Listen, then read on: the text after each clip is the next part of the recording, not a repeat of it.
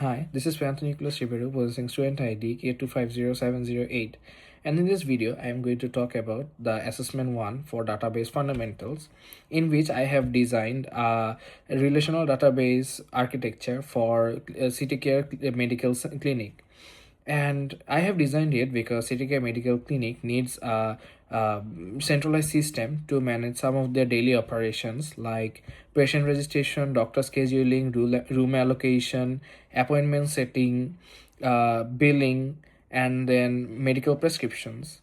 And these are all business logic, business rules we know, and to map these business logics into a logical model, I have taken six of the real world entities, which are patient, doctor, appointment, consultation rooms, payments, and medications.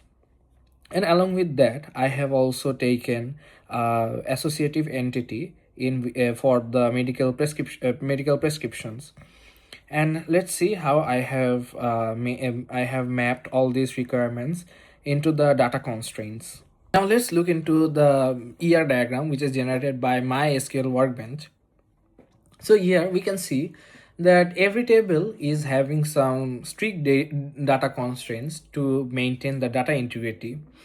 And here we can have the patient and doctor, and these two can be identified by the primary keys, which are patient ID and doctor ID.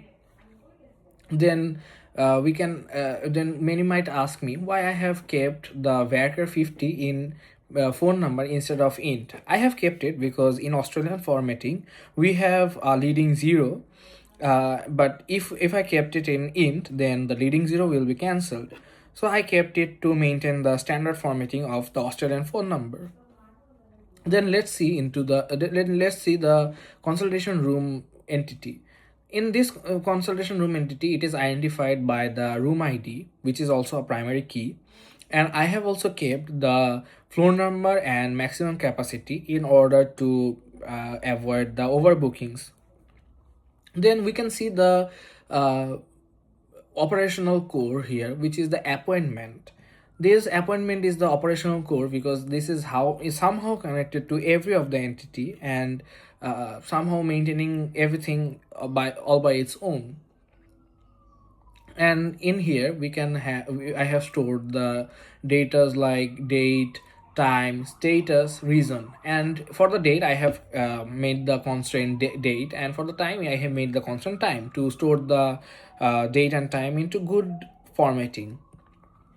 Then we can have a associative entity, which is the medical information, and then we can have where we have the dosage and durations. Then we can have the medication entity, where I have stored all the prescriptions and everything, and the medication name is also stored here. Then looking into the payment, this payment is taking the inputs of all the payment details of the patient, like the payment ID, payment date, payment amount. And in this payment amount I have kept it in decimal to avoid the round up problem in financial calculations. Then I can also store the patient payment method here, and this payment entity is also identified by the primary key, which is payment ID. Again, to implement the relational integrity and to stick to database design principles, we have to keep the foreign keys into the many sites for every one-to-many relationships. Now we can see here, like in patient, it is a patient to appointment. It is a one-to-many relationship with the appointment. Why it is one-to-many relationship? Because one patient can have multiple appointments, but each appointment is booked to only one patient. So that's why patient ID is living as a foreign key in appointment table. Then in doctor table, the doctor and appointment relationship is one to many, because one doctor might have many appointments. That's why the doctor ID is living as a foreign key in appointment table. And talking about or moving to the consultation room, then one consultation room can have many appointments. So the room ID is staying as a foreign key into the appointment table.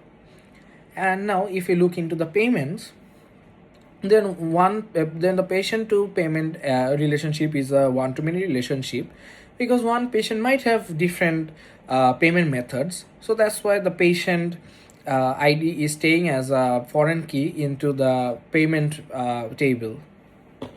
Now I will justify my core architectural decision, which is handling the many-to-many relationship or handling the clinical prescription. So here we can pretty much understand in each appointments or clinical operations, we can see that in each appointment we can be prescribed many medicines. Again, one medicine can be prescribed in many different appointments. So what does it make? It makes one many to many relationships. But as far we know, many to many relationships cannot exist in a real relational database, because it violates the one first normal form. And it is violating the first normal form because it is creating the repeating tables or groups. So to achieve the third normal form, I have made the associative entity, which is called the medication information. So what does it do? It actually breaks the many to many relationships into single one to many relationships. And I have done it in for another reason, which is dosages and durations cannot live inside the medication and also the appointment table, because the dosages can be changed dosages vary in per patients, and the duration is like every appointment we can be prescribed different medicine, a bunch of medicines. So that's why they are dependent entities, dependent attributes. So now to fix them, I have implemented the composite primary key, which contains the appointment ID and medication ID. So what does it do? It actually fixes the problem for us. Like it is ensuring the entity integrity, then it is storing the dependent attributes like the dosages and duration. And furthermore, it is also avoiding or eradicating the duplication of drugs in the same visit. So I can conclude that my design is pretty much good for the city care day-to-day operations, because it is in fully normalized 3NF. Then I have used the right field types. I have mapped the primary keys and foreign keys correctly. I have also used the associative table for the prescription, and this is why my database is quite accurate, reliable, and quite flexible. Thank you for listening.